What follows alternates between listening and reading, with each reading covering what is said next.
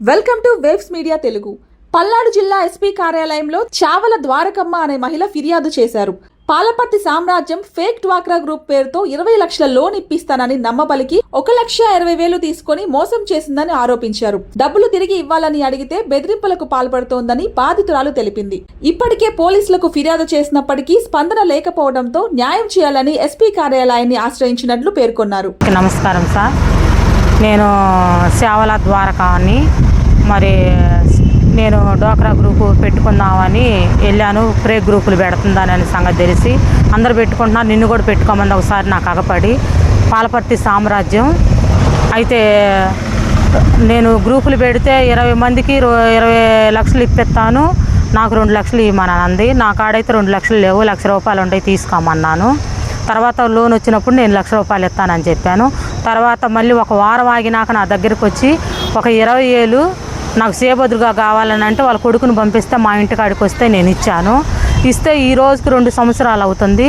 2 సంవత్సరాలు అయినా నాకు డబ్బులు ఎవరైందని అడుగుతున్నా కూడా అసలు నా ఫోన్ ఎత్తకుండా స్విచ్ ఆఫ్ చేసుకొని కూర్చుంటే వాళ్ళ ఉన్న అపార్ట్మెంట్లోకి ఎన్నిసార్లు నేను వెళ్ళొచ్చినా కూడా అసలు అక్కడ ఇదిగో నేను వస్తున్నాను అంటుంది, మళ్ళీ అక్కడ ఉండదు.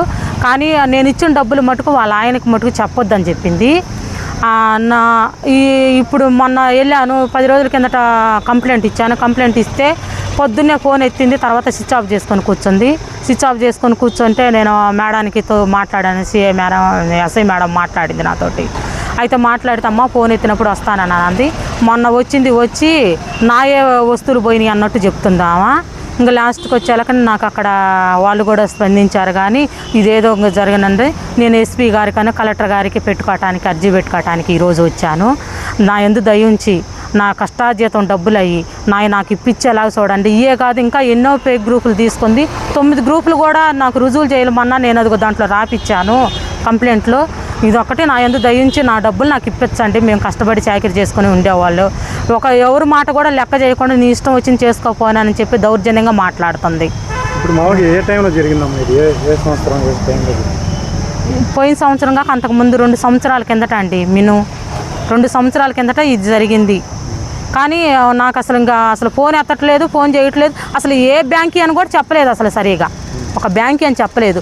నేను వెళ్తేనేమో నేను 20,000 ఇవ్వాల్సిందని అని చెప్పి ఎన్నో మాట్లాడుతుంది. లేదా నీ దిక్కున్న కాడ చెప్పుకోపోనని అంటుంది. పోలీసు వాళ్ళకి కూడా మల్లబడి వచ్చేసింది. అందుకని నేను ఇక్కడికి ఎస్పీ ఆఫీస్ కాడికి వచ్చి కంప్లైంట్ ఇచ్చానండి. ఏమన్నారు ఎస్పీ ఆఫీస్ కాడ ఏమన్నారంటే సార్తో అక్కడ 2 టౌన్కి పోయిండండి మాట్లాడతారని చెప్పారు.